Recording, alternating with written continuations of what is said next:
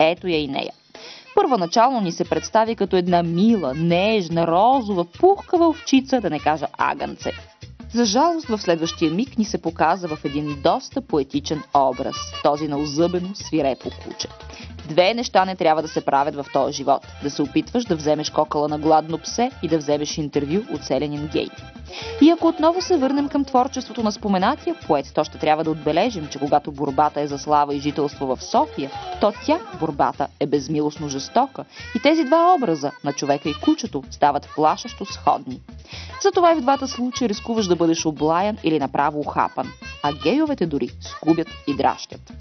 Представяме ви истинското лице на кандидата за музикален идол на България с искрената надежда излъчените кадри да спомогнат на който и да е от неговите конкуренти да спечелят това състезание и да осуетят възможността именно той да получи тази титла, защото недопустимо би било идолът на младото поколение в България да е истерик с нечленоразделна реч, който ако се отърве от педерастията си и се ожени, 100% ще налага жена си в пристъп на нервна криза поради недопечените й сърми. Тук използвам възможността да предупредя сочената за негова приятелка Пламена много да внимава, защото синиите не са хубава декорация на лицето на една млада дама, поела по пътя на сценични изяви, а малкият психар ще й налети при първата си криза на ревност. Професионално естествено, гейовете са завистливи.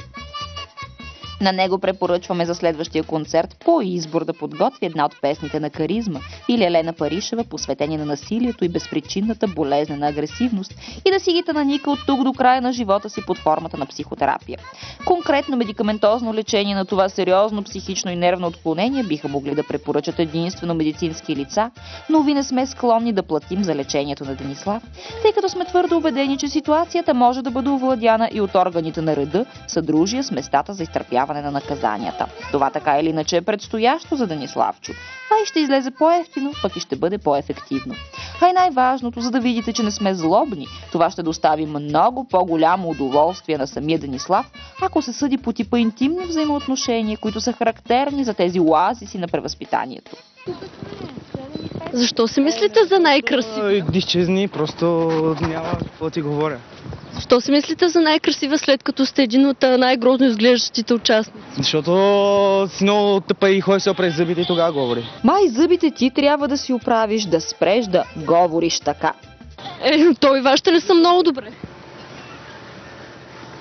С кой говорите? С Пламена ли? С стоматолога си, надявам се. Искам, ако обичаш, това е супер невъзпитано да говориш така, ако обичаш се махни. Да, няма да се махне. Защо? Искаш да ти свърчат лещите? А да ти хвърли един боб? Ти набързо. Няма да ми свърчат. Сигурна ли си? Да. Чай, че тук някаква тъпа селенка от сигнално жълто ми интервюваш.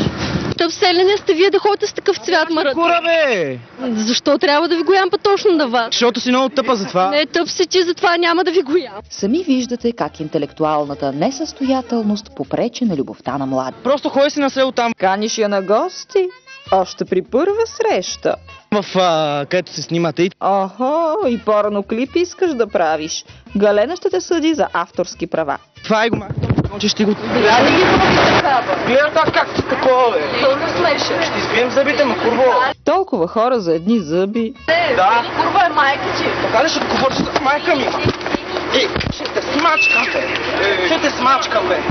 Как ще говори така за майка ми? Не стига. Как ще говори така за майка ми? Абе!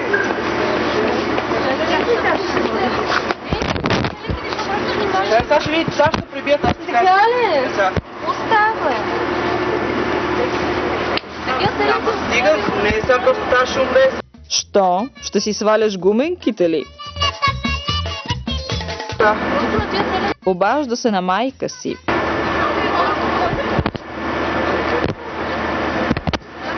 Ще говори тази мисъл за майка ми. А не за баща ми, който така обича да бъде споменаван. Ще хвана тук едно дърво, ще щупа. Остави ти дървото, по-добре побърза и да си хванеш влака за осело. Такива, защото цяла България тогава. А, не.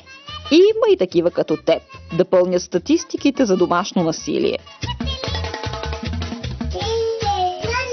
Нека сега